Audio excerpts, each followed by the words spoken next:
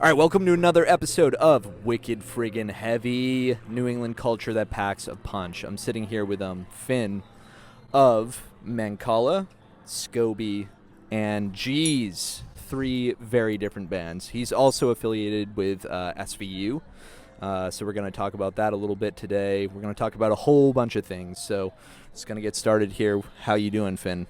I'm doing good. Good. Big chillin'. Big chillin'. We were just talking about weddings. We both came from one yesterday. It's the season. It's the season. And actually, S.c.o.b.y's playing another wedding this coming Friday. So What? I'm going to be at another wedding next weekend. Do you guys usually play weddings, or? I think it's the first one that we've done. Yeah. The dude, Jared, shout out Jared, he's a big fan. He's like a big S.c.o.b.y fan. So we don't have to do covers or anything, which is sick. I think a lot of wedding bands do covers, but we're just going to play like all of our stuff. Also, Connor, shout out Connor, guitarist of Mankala, is going to officiate that wedding. So. Sick. Multi-talented. Yeah. You know? Prog core, right, is how you would define your That's genre. what I put it on IG. I put it on our bio. Yep. Yeah. I don't know if that's a thing, but it feels right. Yeah. I think we definitely. I would agree with that. Yeah. We what do. I've heard. We do have like some hardcore stuff. Like stylistically, like there are some, you could two-step to like some of it. You could definitely mosh to some of it, but it's also very proggy. But I think also in like the atmosphere that we've been playing in the past like 2 years, we've been playing like adjacent or alongside or even sometimes with just like a bunch of hardcore bands. But we are not hardcore, so progcore. There's no two-stepping because of everything going on with like the meter changes and whatnot. Sometimes there's like some awkward movements where like we'll hit like a 5/4 into like a 7/8 real quick, and people are like, oh. But what do we do? Yeah, I appreciate the effort. You know, Yeah. I like seeing people dancing.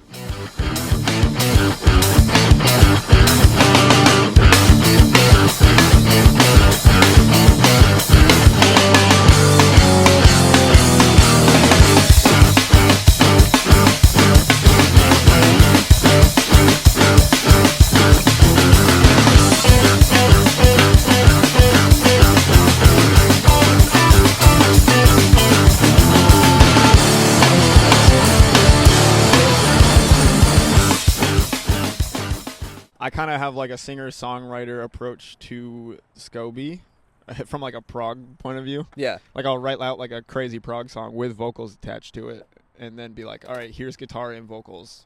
What do you guys got? So the for song bass and comes drums? first, and then you write vocals over it. It's always kind of riffs. thing, or, yeah, riffs. Riffs first. Yeah, riffs first always. I think the better songs are always when I have like a idea that's like 60% cooked. Yeah. And I'm like, all right, here you go. Like, finish it off for me. You know?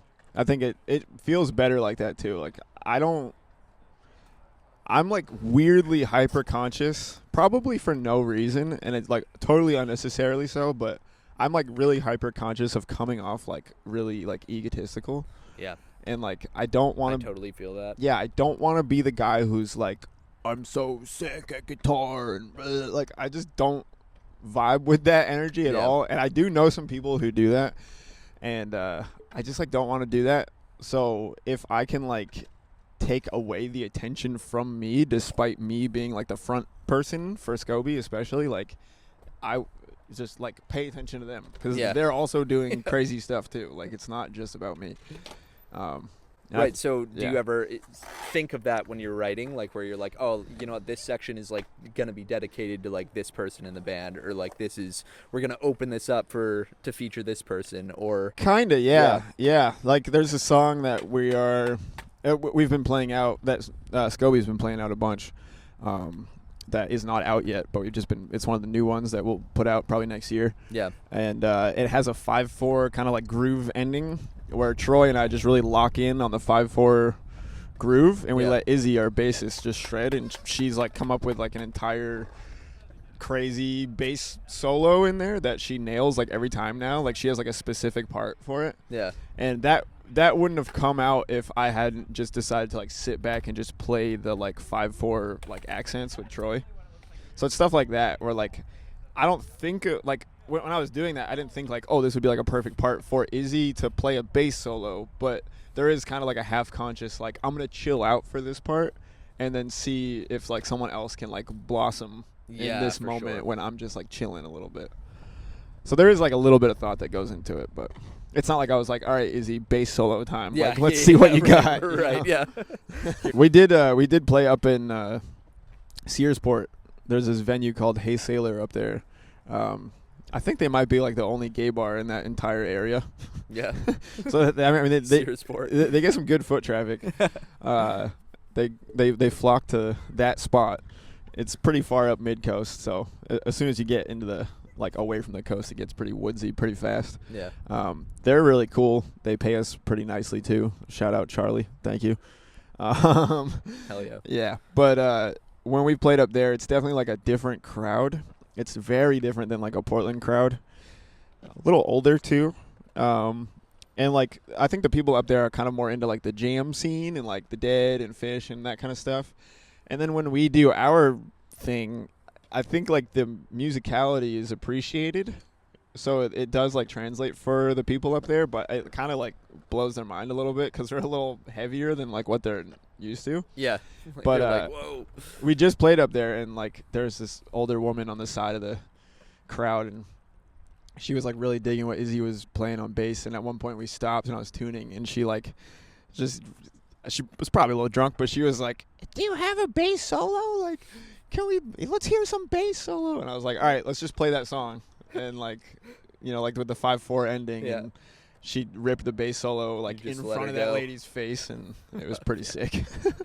That's so sick. So like, there's like certain tools that we kind of like build into the sets too, especially to give the people what they want. Yeah, yeah. And we have so much music now. Like S.c.o.b.y, like I said, like the first 2 releases were like entirely instrumental, and then we put out like a 10-song album. Yeah.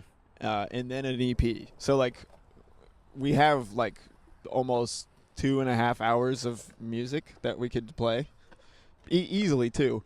And that kind of like allows us to curate a lot. Yeah. Which is really, really cool. Cause we can play like really jammy sets that like hardcore kids would not really be into. Right. And then like the next day come to like Biddeford and play like a 25-minute ripper set that like kids mosh to. So perfect. It allows us to do both, but I think it's also kind of confusing for people when they realize that we're doing that. Yeah. But once you get it, it's chill. Yeah. Yeah. Yeah. You just got to find the formula. Yeah. For it. Yeah. Perfect. And then like, I mean, like we do just write some dancey stuff and like just 4 on the floor kind of stuff to get people back to like some sort of baseline. Bring them back in. Yeah. Controlling the pit, you know? Yeah, the pit wizards. Yeah, pit wizards. Yeah. Nice. Hell yeah. Man, so how did you get started? Guitar, I mean, I started playing when I was like 8. I mean, it goes back even before that. I can give you like the real OG story. Like my dad is like an old Portland head, Portland, Maine, where we are. Yeah. And I mean, I don't think I'm like outing him or anything at this point, but he would go pick up a bag from his dude, and his dude was like Wally. If anyone knows Wally, he's like a acoustic singer in Portland now, older head, really nice guy. Shout out Wally.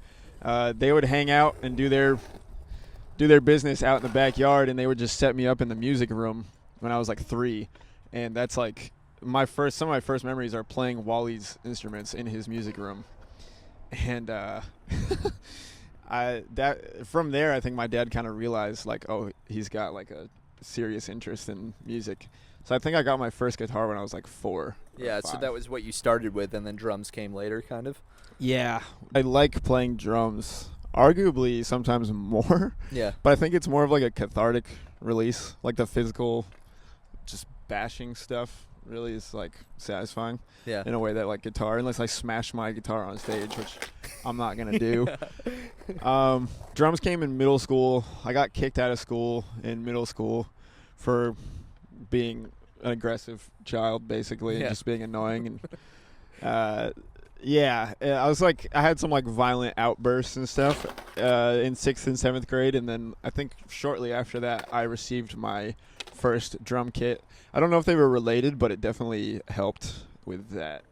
behavior, you know. For sure. When I came back to school in 8th grade, I had like a drum set, and I was a lot more chilled out at school. Yeah. Because I would just go home and just beat it. So you're saying playing drums along with tracks is a good way to practice. Talk to me more about that process.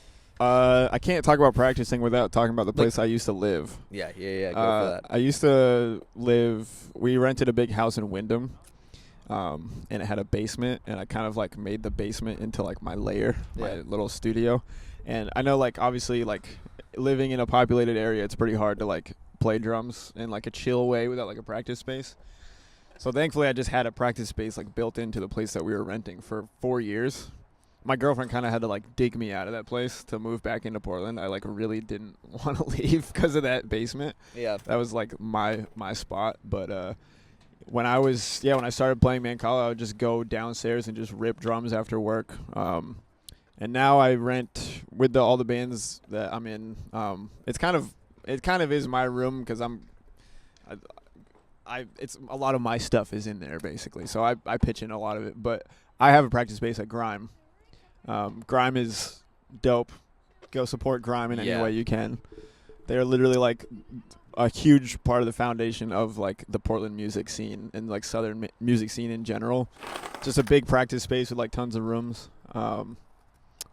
They're the best, and it's 24/7. So now I can go there like whenever I want, and just play drums at like 2 a.m. if I want.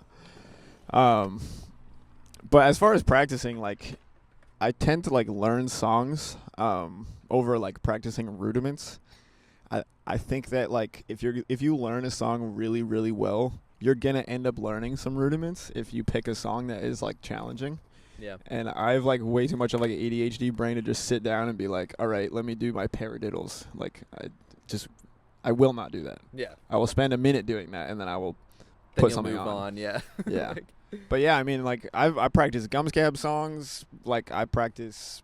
I was playing a lot of Secret Work songs, like just for fun. Like it's fun to like learn homies' music, and like I'd rather learn like my homies' music as opposed to like, you know, I don't know, whatever popular music is out these days. Not like throwing shade on it, but it feels closer to home if I'm gonna like learn friends' music, you know. For sure. That's like generally how I practice. Do you learn the guitar part and the drum part, both, like for the original music that you work on with all three of these bands?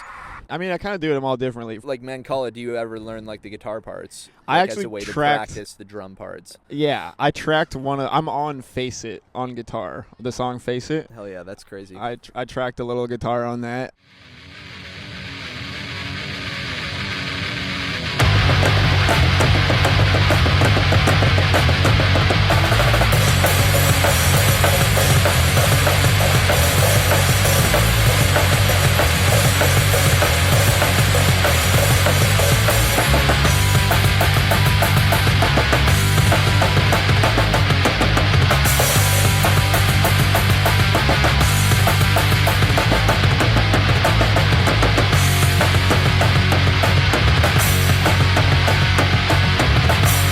I tracked some of the newer stuff too, because I wrote one song on the newer batch of songs, so they had me track it because I like wrote it.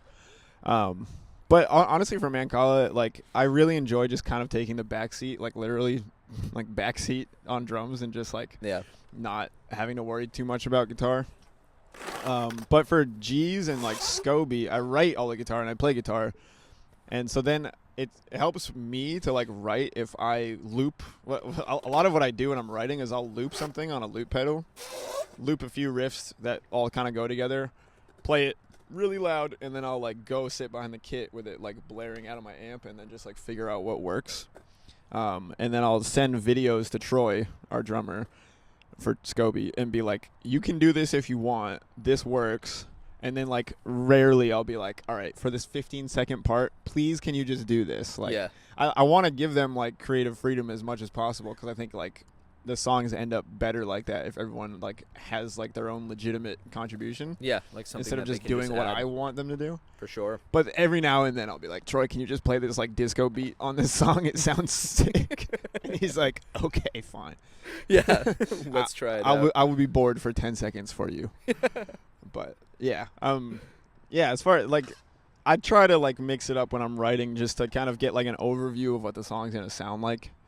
And then like for Jeez, like a lot of the whole demo, the whole first demo is all me on instruments. Everything. Yeah, because it was just me and Jalen, vocalist of Jeez, and he like hit me up and was like, "Yo, let's start a emo band," and I was like, "Okay, I'm in 2 bands, but let's do 3." And and it, honestly, like that kind of started as like a side project, but more recently, it's kind of taken over a lot more time. Yeah. We did like a whole run with Snake Lips this summer and put out like a second EP demo thing. But yeah, that first one was just all me, and then Jalen just putting his vocals on it, and then me taking it to Nick and Gabe and being like, "Here you go, learn this stuff." Here it is. Yeah. All throughout high school, I played in different bands. I did vocals in a metal band pretty briefly. Yep. Cheshire Massacre. Yeah. Hell yeah. Yeah. Which unfortunately was the name of like a really horrific event that happened, I think, in Cheshire, Connecticut. Oh shit. Which we were unaware of. Fuck. When we named it that. And wait, then, so how did you come up with the name? To begin with? I didn't come up with this. It was like all my high school homies, but I think they were like having some sort of party, and there was a funny discussion of like the Cheshire Cat from like Alice in Wonderland. Yeah. Like if the Cheshire Cat just went around and like murdered people. That's like literally all it was. It was just like some pretty innocent kind of like emo adjacent like joke that they had. But yeah, turns out there was actually like a pretty terrible thing that happened. And it was like right around the time that we started the band. So right when we started the band, we started getting like these hate messages. Yeah. Like, how dare you name your band after this? Oh. But yeah, I did vocals in that for a while. Played down in like Manchester and Boston a couple times when I was like 17 and 18. But then, yeah, that kind of fell apart. Everyone went to college. I went to college at UMF. I brought all my guitar stuff up there, and after a couple of years, I met a bunch of people that were really into like the jam scene up there. It's kind of like a more like hippie vibe up there. Yeah, like Grateful Dead stuff. Yeah, yeah. There's not like a lot of heavy music up there. Yeah. But when I was playing up there, we would just like, throw parties at this one particular house, and jam all night and whatnot. Yeah. I can hear that language a little bit. There's one specific clip on Instagram that I'll show actually in here that I saw of you with S.c.o.b.y, where it's like you're playing this like crazy riff leading in, like the end of the song, and I can totally hear the jam band language.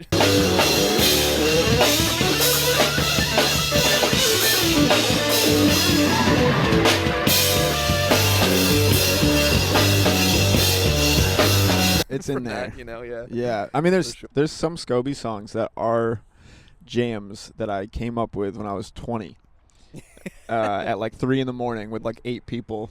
Yeah. And I managed to remember it somehow and like brought it through and then like put it out, 10 years later or whatever. But I mean, I learned a lot of metal songs in high school, but I really got my guitar chops like playing with people in college, like kind of in that scenario. Very much not like a heavy music thing. And then I guess like with S.c.o.b.y, like I met Troy, our drummer, the homie Troy, new dad Troy. Congrats, Troy. Yeah, hell yeah. Shout out Georgia. Yeah. But I met him kind of like the fallout of that whole college jam scene kept a lot of parties going even once people graduated. Like I would go up to like Western Maine and jam a lot even when I moved down to Portland. And I met Troy at one of those parties and we just started jamming. And I mean, we were both pretty turnt at the time. And at the end of the night, I was like, yo, like, where do you live? Like, we should do this again. And he was like, South Portland. And I was like, oh, dude, let's start a band. And that was pretty much it. But we didn't know what we wanted to play. I mean, like, the first songs that we played were, like, all instrumental. We were all instrumental for, like, the first year or two. And all the stuff that we were writing was instrumental. And that's just kind of what we were doing. We didn't have any direction besides just like, let's make music that we want to make. And maybe if we can like make people dance on the side, that's cool. but there wasn't like anywhere near like the direction or like vision that I think we have now. Yeah. Yeah. Which is what? What'd you say? Progcore. I think too, like when we started getting more people at shows, we started to see we started to get like actual audience feedback and see like what we were doing, like what made people dance, I guess. Yeah. And I think like deep down, like I just want to make people dance. It's like such a satisfying feeling. When I'm playing guitar and I'm seeing people like really like turning up and like cutting rugs and stuff to like what I'm doing, it's like I don't think there's any other like better feeling than that, you know? Yeah. I think that's it for me. That's like about as good as it gets. Yeah. Yeah. Just moving people. Yeah. Man, music is so powerful for that. You know, there's nothing that really does it like music does, you know? Kind of crazy. Yeah. It's like magic. Yeah, it literally is magic, actually. Yeah. I've been also casting spells. Dude, I've been getting into some weird. It's funny you say that. I've been doing all kinds of weird research, Aleister Crowley stuff.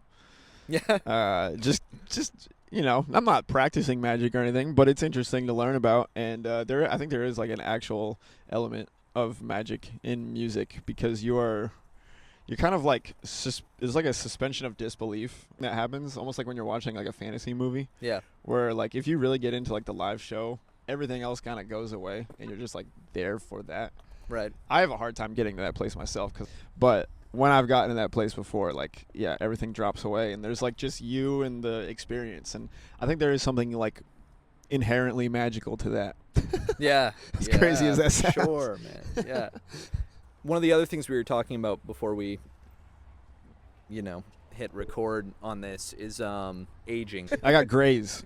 You can't tell because I'm blonde. Me but too. They're in there. Yeah, we're talking about unk status. Unk status. Yeah. Yeah. It's weird. Which is when you get into like your 30s, right? I'm 31. Yeah. Yeah. I'm 32. So. Hell yeah. Yeah. Hell yeah, brother. Let's go. In the past couple of years, I think there's been like a big influx of like younger people going to a lot of local shows, which is super sick, and it's so fulfilling to see like younger people like coming out like literally like fresh out of high school. I think like last year some of them were literally like still in high school and like coming to shows. The all ages shows are like key. It's really important that like we have those and like keep them going. I think also side note like Blue. Shout out Blue on Congress Street in Portland. Shout out Andrew and everybody working there. I think they just started they're going to start implementing the all ages rule at their shows as well. Yep. Which is sick. It really, really helps the scene and also makes me feel old. Yeah. Because, they like come out in droves. We got like a little crew of like, I don't want to say kids because it sounds demeaning, but like, I don't know. Maybe I've ascended to the status where I can say that. I don't know. But they're looking up to you a little bit now, and you're like starting to notice it. It's very strange. Yeah. Yeah, because like in my head, I mean, I'm still... In my head, I don't really feel like 31. I've felt like I was 24 since I was 24. Yeah. And that really hasn't gone away yet. Right. I'm sure it will eventually. But I'm still kind of in that like headspace of like I'm like a younger dude. Yeah. And then like I see like I'll talk to kids after a show and like I just like they got like no wrinkles on their faces. Yeah. They're like, right. yo, I'm gonna go to college, and I'm like, yo, start a band, and like I don't know. It's just like I all of a sudden like hear myself saying these like very like uncle like advice things to like kids, and I'm like, damn, I am unk status now. Like I actually have like legitimate experience that I can like pass along. Yeah. Maybe not like for a lot of things, but as far as like playing in bands, I know a thing or two. Maybe that's all I know, but like hit me with some unk status knowledge you dropped on. Well, I mean, kids of the younger generation. We always just say start a band. Yeah. That's like a universal thing. I think I picked that up from Ethan Burke. SVU Ethan. Yeah. He was, I mean, he's a little older than me too. I kind of consider him like a quasi big bro in the scene. He's been doing it like more consistently than me for like 15 years probably, I think, or more. And so when I started to like really book a lot of shows, I definitely like full credit to him. Like I literally would just like look at what he was doing and be like, all right, I'm going to take a leaf out of Ethan's book. And I really appreciate the way that he talks about the scene and talks to younger people in the scene.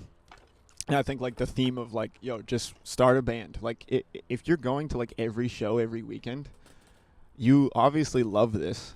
So, like, just do it yourself, you know? At some point, like... Just start it. At some point, we're going to be 45, and you're going to be 30, and you're going to be... It's going to be your time, you know? Right. So, yeah, I mean, that's definitely a big one. Weirdly enough, I've definitely had some conversations about, like, substance abuse with younger folks, for sure. I've had some experience. I've had a lot of experience, I would say, with that sort of thing. And coming out on the other side of my 20s relatively intact, but having known a lot of people, I've definitely lost a couple people. And just, like, lost a couple people in terms of, like, they're still alive, but I can't really, like, hang out with them anymore.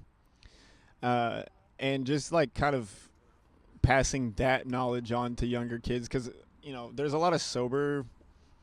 big sober vibe in the hardcore scene, which is cool. And then there's also, like, very much not. Like, there's a ton of, like, partying going on. Yeah. And, I mean, that's all well and good. I'm not here to say, like, you got to be – I'm definitely not, like, a sober guy.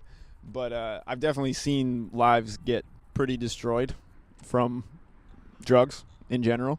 And if I can just, like, impart a little bit of that, like, just be careful mentality on kids that are, like, 17 or 18.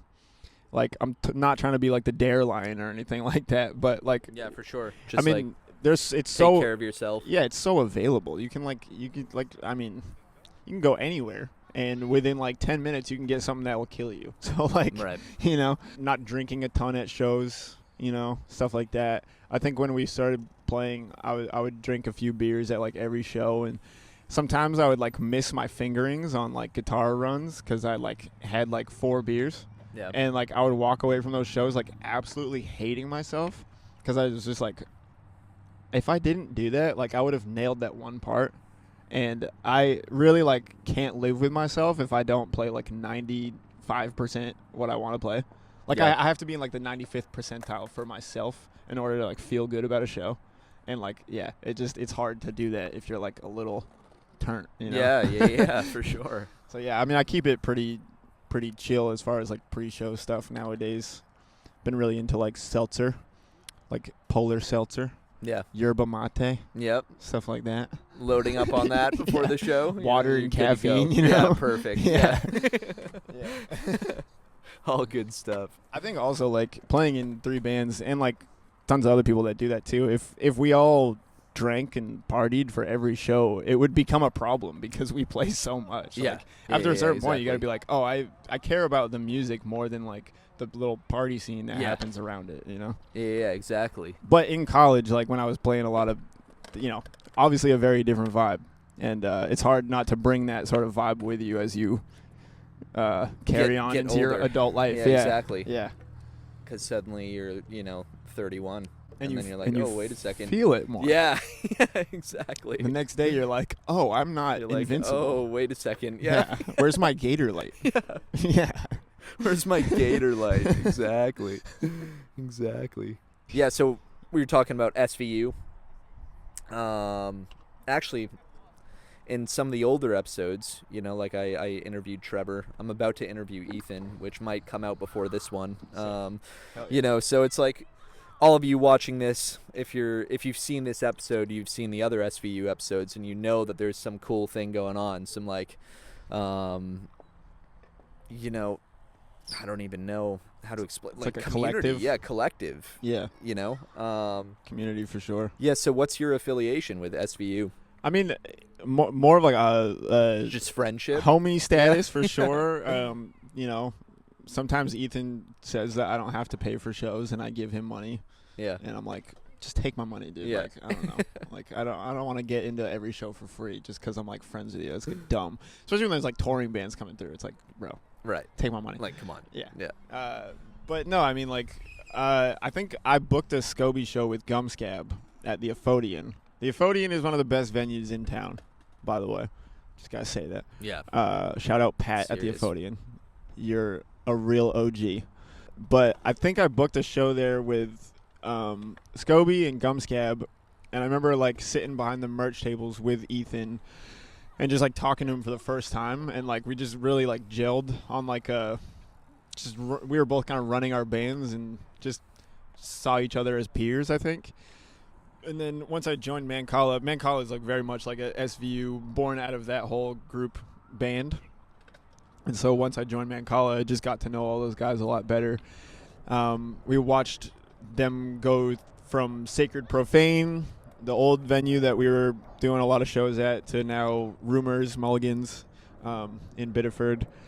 And I've just watched them like build that whole thing basically like from the ground up. Yeah. Like I knew about it because Nick from Mankala like kind of started the whole thing, and Trevor and Ethan I think kind of jumped on shortly after to kind of help him out with it, and then it just like blew up from there. To the point where like earlier this year we had Haywire and Pain of Truth come in. Yeah. But it's crazy because like I think SVU literally, I mean, I don't think it would have really started if Nick hadn't put out that like Craigslist ad to like start a band. Really? I could be wrong. Yeah. And I mean there could be like a slight misinterpretation of what happened, but and maybe it would have happened in some other way, but I mean that whole thing started from like from Nick and then eventually Ethan and Trevor. It's really, really dope to see what they have done and what they continue to do. And it's like, it feels good to be a part of that community in a way that I have not really felt in other parts of my life. Because I think, like, not to get like crazy deep, but like, obviously like humans like need community. It's like a huge part of being a human being. It's like why people go to church, you know? It's why people go to skate parks. There's obviously like a scene here. And I am not a big church goer. And I've needed a community my whole life, and I've always just been like playing guitar in my room alone. And I think that when I found the SVU people and just like the music scene in Maine in general, it like really gives me like a sense of belonging. And I know I'm not the only person who feels like that. And you don't have to be in a band to feel like that. You can just like go to shows a bunch. And I know like some of the kids feel like that because they have a spot that they can go to a lot of Friday and Saturday nights, or sometimes Tuesday nights, and like be in like a pretty safe place. You might get like punched in the head if you're like up front, but like it's a safe environment, and like everyone is pretty like-minded, and it's like a very cool just group of people that are like super open. Got like literally all kinds of people in there. The queer community is like huge in the hardcore community right now. Giant overlap there, which is super sick. I don't know. It feels good to like be a part of that giant group of like fairly like-minded individuals. For sure. Yeah. Yeah. Shout out SVU. For real. Can't wait to see where it goes, you know? Yeah.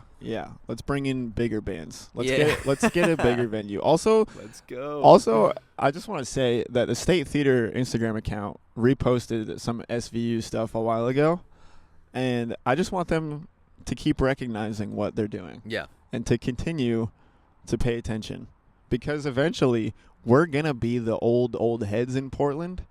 And at some point, the torch is going to have to get passed. Yeah, and it's who's compounding. Who's it going to get passed to if not SVU for hardcore music? That's all I got to say about that. Exactly. All right, Finn. Well, thanks so much for joining me today. Hell yeah, like dude. on this show, man. Yes, Do you have dude. any last parting words? Any new news coming up in the next few months? Mankala. We've put out like another EP. We got another one in the works. It'll come out eventually. Nick, please do the vocals. We love you. Nick, please do the vocals for that. Is there any timeline for that? Like, oh man, I mean, this summer's been pretty crazy. Yeah. I think we offered him money more recently to get the vocals done, so we're on him about it, but it'll all come out in good time. You know, there's so much good music coming out in the scene in general right now that it's not like there's like a lack of, you know, it's not like there's a space that like needs to be filled by Mankala. Right. But I'm sure people will enjoy it when it does come out. Yeah. Sweet. Yeah, drums and guitar and bass are done, so. Yeah. It's just waiting on the vocals, right? Yeah. Yes. We love you, Nick. Yeah. Just kidding. Follow all the bands that I'm in.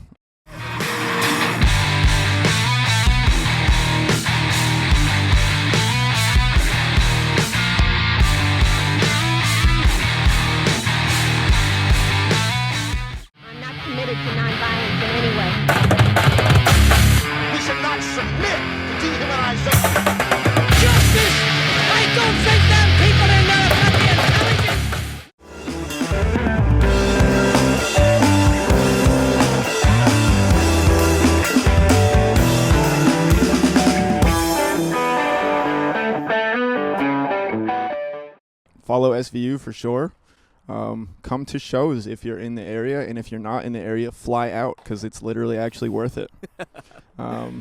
Yes, it is. Yeah, that's about it. We got new S.c.o.b.y coming out next year. Sweet. Yep. Stay tuned. Yep. Check it out. Sick. Thanks for watching.